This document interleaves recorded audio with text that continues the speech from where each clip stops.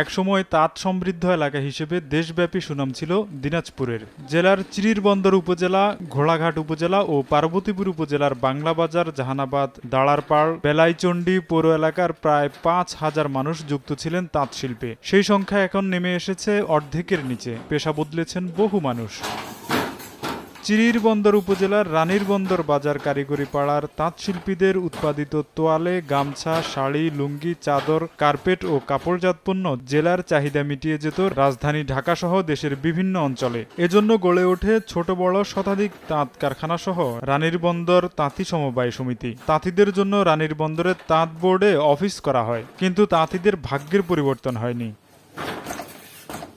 উৎপাদিত পণ্যের বাজার নেই, সুতোর দাম নেই, ঋণ না পাওয়া ও যুগের সঙ্গে তাল মেলাতে না পারায় সবাই শিল্প থেকে মুখ ফিরিয়ে নিয়েছেন। যে মজুরি পাই সেই মজুরি তো আমাদের চলে না, কিন্তু আমাদের মাহাজনও যদি মজুরি বেশি হইতো, মনে করেন সুতার দাম বেশি, মাহাজন যদি বেশি পাইতো আমাদেরকেও বেশি বেশি মজুরি দিত, তাহলে আমাদেরও পোষাইতো। আমরা এই অবস্থায় যে কাজ করি কোনো রকমে খালি সংসার চালাই। আমাদের অবস্থা এখন খুব শোচনীয়, আমরা সবসময় কাজ পাই না।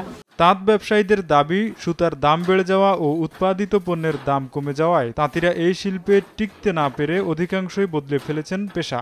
আগে রানীরবন্দরে প্রায় ঘরে ঘরে 10,000 তাঁত ছিল। তাঁতের সামগ্রী জিনিস পাওয়া যায় না এবং এগুলো কাজ করি আমাদের যে দ্রব্যমূল্যগুলো দরকার এগুলোর দাম অনেক বেশি, কিন্তু কেনা বেচার দিক দিয়ে আমাদের পোষে আসে না। তাঁত বোর্ডের কাছ থেকে আমরা সরকারিভাবে কোনো সহযোগিতাও পাই না। রানীরবন্দরে তো এখন ঘরে ঘরে তাঁত ছিল, তাঁত শিল্পী তো বিকল্প হয়ে গেছে, এখন নষ্ট হয়ে গেছে।